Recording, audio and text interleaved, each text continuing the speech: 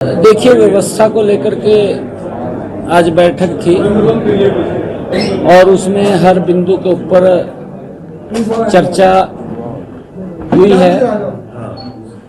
हमने 10 की 10 लोकसभा की सीटें वो जीतनी है, क्योंकि जिस प्रकार का एक वातावरण नरेंद्र मोदी जी की सरकार में और इस डबल इंजन की सरकार के अंदर वो बना है और लोगों के एक योजनाबद्ध तरीके से उन तक लाभ पहुंचाया है, उसकी मैनेजमेंट को लेकर के आज अलग अलग हेड को उसमें डीपली चर्चा हुई है, ताकि हम 10 की 10 लोकसभा की सीटें बड़े मैंडेट के साथ यहां से जीत करके तीसरी बार आदरणीय नरेंद्र मोदी जी को इस देश का प्रधानमंत्री बनाने का हरियाणा अहम भूमिका अदा करेगा। उसको लेकर के सारी व्यवस्था की एक बैठक थी। अच्छा, तो 4 सीट कोई चुनौती है? 4 सीट तो की लोकसभा सीट कोई चुनौती है? देखिए, हमारे सामने क्योंकि ये चुनाव है, चुनौती कोई नहीं है। कांग्रेस का जो भ्रष्टाचार है, कांग्रेस का जो कार्यकाल रहा है, अगर मैं एक छोटी बात करूं, क्योंकि लोग भूलते नहीं हैं बातों को, कांग्रेस के समय के अंदर एक गैस का सिलेंडर लेने के लिए 3 दिन लाइन में लगना पड़ता था। नहीं भूले हैं लोग, आज भी जानते हैं।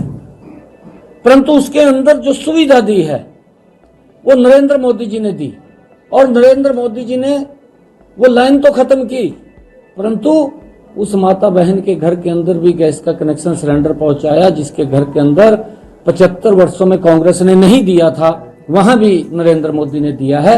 इस बात को लोग समझ रहे हैं कि ये सरकार अगर कांग्रेस की आती है तो भ्रष्टाचार गति से बढ़ेगा, और अगर नरेंद्र मोदी की सरकार बनती है तो विकास की गति तेज गति से आगे देश बढ़ेगा।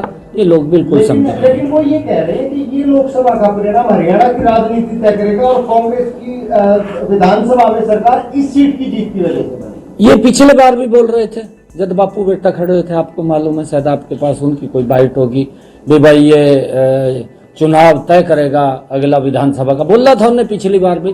बोलते हैं परंतु लोग निर्णय करते हैं। अच्छा, उनके बारे में कब तक निर्णय हो जाएगा? 4-2 लोग जल्दी हो जाएगा, जल्दी हो जाएगा। सर, आप सीएम बने हैं, क्या आपका विजन है प्रदेश को लेकर? देखिए, विजन जो नरेंद्र मोदी जी की नीतियां हैं, और मनोहर लाल जी ने बड़ा जबरदस्त काम गुड गवर्नेंस के अंदर हरियाणा के अंदर किया है। हमारी प्राथमिकता है उन कामों को मजबूती से आगे बढ़ाना।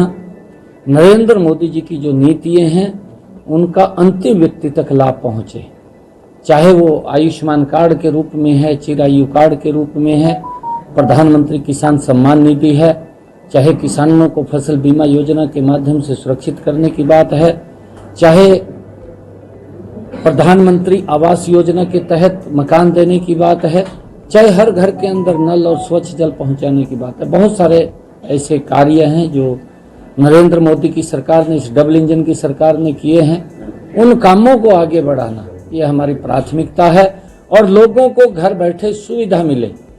आज मुझे इस बात की खुशी है कि अगर व्यक्ति की उम्र 60 वर्ष हो जाती है तो घर बैठे ही उसकी पेंशन लग करके घर में आ जाती है। नहीं तो वो 6-6 महीने तो कांग्रेस के समय में, ये कांग्रेस की सरकार थी, चक्कर काटता रहता था कि मेरी पेंशन बनेगी, और फिर सेवा करनी पड़ती थी। आज न सेवा की जरूरत है, न चक्कर काटने की जरूरत है, आज घर में उसके पेंशन बन करके आ जाती है। आज इस प्रकार का लोग चाहते हैं कि इस प्रकार का शासन हो। क्योंकि आपके पास जिम्मेदारी थी प्रदेशाध्यक्ष की, तो प्रदेशाध्यक्ष का पद कुछ कैसा है?